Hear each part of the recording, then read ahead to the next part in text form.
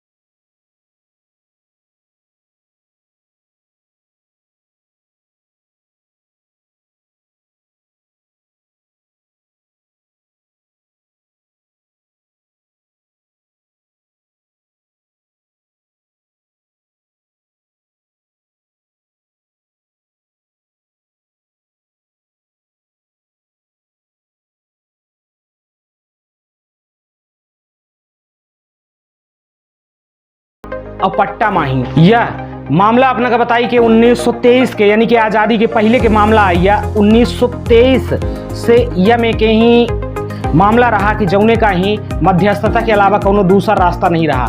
यह मामले में ही दूसर दो पीढ़ी बीत गए, अदालत करत करत तीसर पीढ़ी अदालत लड़त रही है।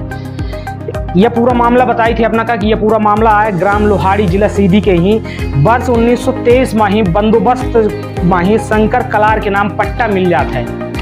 शंकर कलार के नाम पट्टा मिल गया। 5 वर्ष के बाद शंकर कलार के मृत्यु हो जाती है। मृत्यु के बाद जो ये भूमि रहा थी वो शिकस्त खाते में डाल दी जाती है और एकर उपयोग शंकर कलार के वंशज करे लगा थे।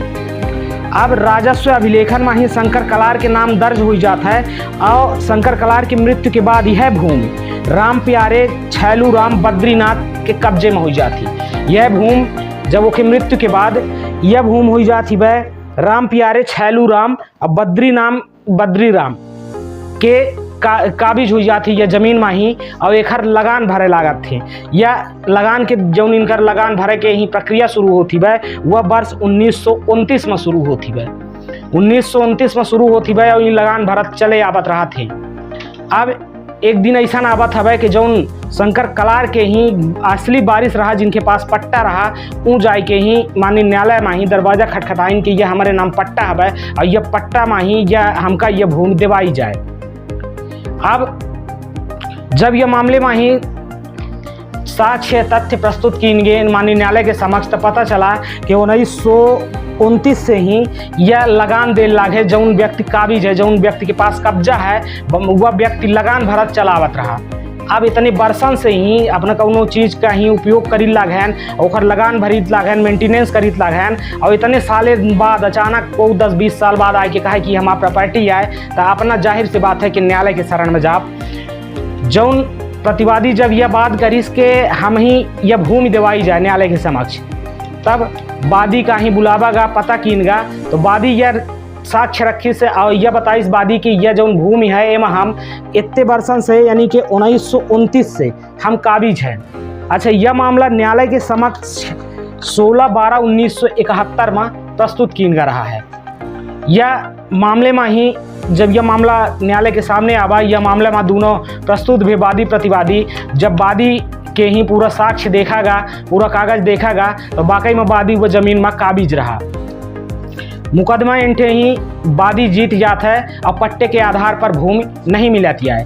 अब पट्टे के आधार पर भूमि नहीं मिलती है तो ऊपर अपील हुई जाती भाई यह ज़मीन के ही जिनके पास पट्टा रहा थे वो अपील करा थे। अब जब अपील कर देते मैं तो जौने के पास पट्टा रहा हुआ यह वे केस जीत जाता है। और अब जब केस जीत गया अब कब्जा नामांतरण की बारी आई तो पता चला कि फिर से ही जौन वादी रहा वह फिर दायर करीस अपील लगाइस कि हम इतने साल से ही एक हर जमीन के लगान भरी लागन इतने साल से हम काबिज हैं तो हम ये ज़मीन कैसा के दे दी। अब न्यायालय के सामने फिर चुनौती। अब यही माही कबो यह न्यायालय फैसला दे कबो यह न्यायालय फैसला दे करत करत कई एक वर्ष बीत गया। 1971 से ही यह फैसला जीत हार चली आवत रही न्यायालय के सामने। यह चुनौती रही कि यह आखिर फैसला या आखिर मामला या बात कैसन के निपटारा किन जाए। आवत 2023 लग गा, लेकिन वो कई दुई पुस्त बीत गई। जो जे वादी प्रतिवादी रहे दोनों के ही दुई पुस्त बीत गई, यानी दुई पीढ़ी बीत गई, लेकिन यह केस चलत रही गया। अब ऐसने माही माननीय न्यायालय के समक्ष मात्र एक विकल्प बना, मध्यस्थता।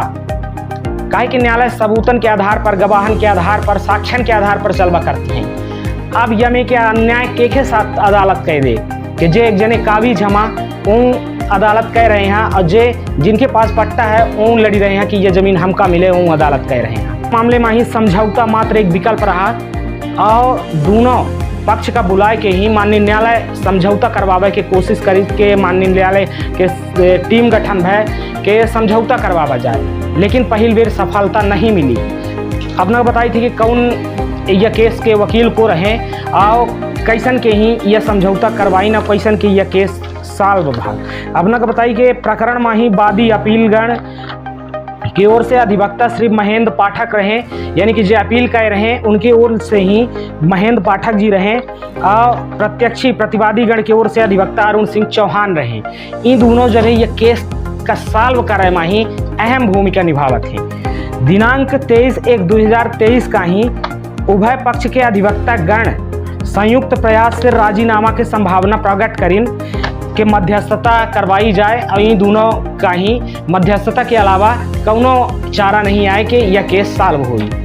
अब यह प्रकरण मध्यस्थता केंद्र सीधी का ही भेज दिन जात हवै, जहां प्रकरण मध्यस्थता के माध्यम से ही मध्यस्थता खातिर श्री SS चौहान प्रधान न्यायाधीश कुटुंब न्यायालय के ओर से रेफर किन गे। अब उनके द्वारा पक्षकारण के मध्य सुलह करवावे के प्रक्रिया चालू होती है, लेकिन एकर अंततोगत्वा कौनो में के सही परिणाम नहीं मिलता है। दोनों जने यह मामले में ही समझौता करे का ही तैयार नहीं होता ही वादी गण प्रतिवादी गण दोनों कहते कि हम अदालत करब, जो न्यायालय फैसला दे हम तब न मानब यह के हम समझौता न करब, है ना। ता यह अब कोर्ट का ता असलियत पता रही, न्यायालय का ता असलियत पता है कि इन पचेन के और यमे के न जाने 10-20 पोस्ट बीत जाई, लेकिन यह प्रकरण कबो खत्म ना हुई। फिर दोबारा प्रयास कीनगा एक के बाद उक्त दिनांक को पक्षगण या दोबारा 17/2/2023 का ही दोबारा फिर से प्रयास किएगा न्यायाधीश के द्वारा पक्षकारण का मध्यस्थता के माध्यम से प्रकरण के निराकरण करवावे के शुरुआत किन गए। एक के बाद दोनों वादी प्रतिवादी गण का बुलावा जाता है, और दोनों का ही जज साहब समझावत है, वकील साहब समझावत है, पूर्व जो इनकर पैनल रहा थे समझावत है कि देखा यह कबो न जीत पौबे न कबो हार पौबे, यह प्रकरण यह में के चलत रही। तो पचन के ही अदालत में ही जानी थी ओकर मतलब का होता है, अदालत से आवाजाही, अदालत से दौलत धन के माने तो पचन के सब यह जात रही, समय की बर्बादी हुई, पैसा की बर्बादी हुई, लेकिन यह प्रकरण सॉल्व न हुई। समझौता मात्र एक विकल्प आवत है, विकल्प होता है। अंततोगत्वा दोनों पार्टी जो दोनों वादी प्रतिवादी रहा था उनका यह समझ में आ जाता है कि जौन साहब कहल लागे वो वाकई में सही कहल लागे, और दोनों जने संतुष्ट हो जाते मैं और समझौता कैले थे। यह मामला है सीधी के ही माननीय न्यायालय सीधी के ही। एक के बाद पक्षकारगण प्रशिक्षित मध्यस्थ श्री प्रशांत कुमार निगम के न्यायालय में ही उपस्थित भे। प्रशांत कुमार निगम जी के न्यायालय में उपस्थित होकर समझौता करीन और यह प्रकरण का ही यहीं हमेशा खातिर खत्म कर दी।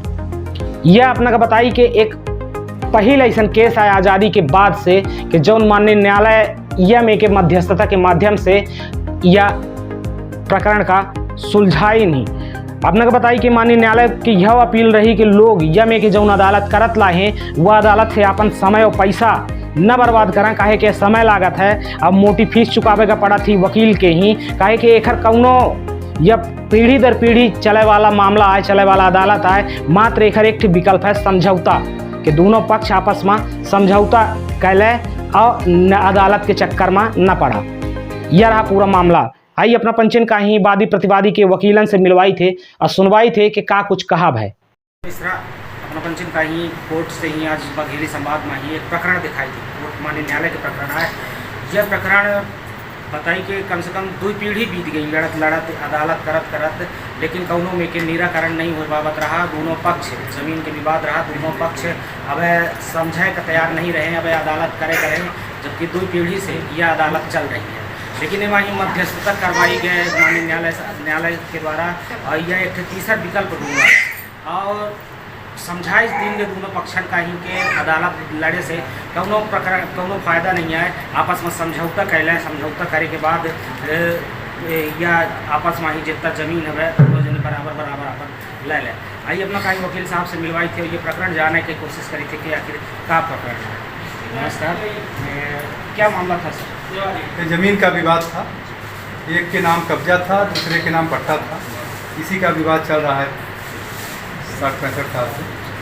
और कब्जेदार कब्जा नहीं छोड़ रहा था, पट्टेदार को कब्जा नहीं प्राप्त हो रहा था, और इनका जो है पैतृक कब्जा था और मकान बना हुआ था। और दोनों इसी पक्ष को लेकर के अपना अपना दावा न्यायालय में दायर किए थे, अपना अपना पक्ष रखे थे। ट्रायल कोर्ट से जो है अपीलार्थीगण के खिलाफ प्रकरण आया था, अपील हुई थी। अपील में ऐसी बात रखी गई कि अब इसको जो है काफ़ी लंबे समय से प्रकरण चल रहा है और इसको राजीनामा की पहल के आधार पर निराकरण किया जाए। तो जो समझाइश दी गई तो दोनों पक्ष तैयार हुए और एक बीच का रास्ता निकाला गया। और जिस रास्ते में जो कब्जेदार था उसको 1 एकड़ 44 डिसमिल ज़मीन देने का पट्टेदार लोग निर्णय लिए, और शेष ज़मीन जो इनका कब्जा था वो छोड़ने की शर्त पर रजिस्ट्री कराने के बाद उसमें 1 एकड़ ज़मीन बगैर प्रतिफल के रजिस्ट्री कराने के लिए सहमति बनी। और 44 डिसमिल जो था प्रतिफल जो कलेक्टर गाइडलाइन के हिसाब से प्रतिफल निर्धारित होगा वो देने की रजिस्ट्री होगी। और इसके बाद दोनों का थोड़ा बहुत जो भी मन में था वो मनमुटाव दूर हो गया और इस सहमति के आधार पर न्यायालय द्वारा निर्णय पारित किया गया। अच्छा, अब ये चाहें तो क्या अपील कर सकते हैं इनके पास? नहीं, इसमें अपील नहीं हो सकती क्योंकि दोनों पक्षों की सहमति के आधार पर ये डिसीजन हुआ है। हाँ, ये मध्यस्थता का जो प्रकरण होता है इसकी अपील नहीं होती, क्योंकि न्यायालय जो पक्षकार चाहते हैं वो न्यायालय मध्यस्थता कराता है। हाँ, इसलिए इसकी अपील नहीं होगी। क्या सुना चाहिए? महेंद्र कुमार पाठक। क्या सुना? अरुण सिंह चौहान। मैं इस केस में प्रतिवादी पक्ष का वकील रहा। ये केस 1971 से सिविल में चला। उसके पूर्व उससे पहले चलता था, ये तहसील में चला, SDO पे चला, कमिश्नर कोर्ट रीवा संभाग रीवा तक ये चला। लगभग 20 वर्षों तक वहाँ चला, फिर उसके बाद सिविल में चला। इसमें चलते चलते ये एक पीढ़ी इनकी समाप्त हो गई, दूसरी पीढ़ियाँ ये मामला लड़ रही थी। तो इस समझौते की बात आई, डिस्ट्रिक्ट जज के यहाँ इसकी अपील थी, 2020 में अपील थी। तो समझौते के लिए हमने भी प्रयास किया और वकील साहब अपीलार्थी के भी प्रयास किए। दोनों पक्षों ने अपने अपने पक्षकारों को समझाया और हमारी लोग समझाइश के आधार पर उन्होंने बातों को माना, समझा, और उसी के आधार पर ये राजीनामा हुआ और राजीनामा के आधार पर ये मामला निपटा। और समझाइश के आधार पर राजीनामा हो जाने से इसकी अपील नहीं होगी, यहीं से ये मामला समाप्त हो जाएगा और ये आपसी सद्भाव इन लोगों के बीच में बना रहेगा। अच्छा, ये लगभग मध्य प्रदेश की सीधी कहें कि ये पहला मामला है कि इस तरह के और भी कोर्ट मामला? ये सीधी जिले का हमारे पहला मामला, इतना पुराना लंबा मामला था जो ऐसे समझाइश के आधार पे हुआ है। इससे पहले अभी हमारे नॉलेज में ऐसे मामले नहीं आए जो इतने बड़े पुराने समझाइश के आधार पर निर्णय हुए। मीडिया के माध्यम से सीधी की जनता को क्या कहना चाहते हैं? मैं सीधी की जनता का ये कहना चाहूँगा कि आप लोग भी इस मामले का अनुकरण करें, इससे सीख लें, तो अपने समय और धन को दोनों को बचाएंगे और इस समय और धन को सदुपयोग करें, अपने व्यवसाय में लगाएं, अपने अन्य अच्छे कार्यों में लगाएं, तो अन्य पब्लिक और मुकदमेबाजी भी हमारे न्यायालय की कम है।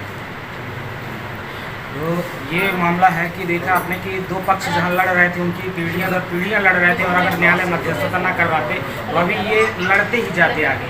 लेकिन न्यायालय ने सीधी जिले का ये पहला केस है कि ऐसा रास्ता निकाला कि दोनों पक्षों में सहमत बनी और भाईचारे सद्भाव के साथ ये प्रकरण यहीं पे ख़त्म हो गया और दोनों लोग संतुष्ट हैं।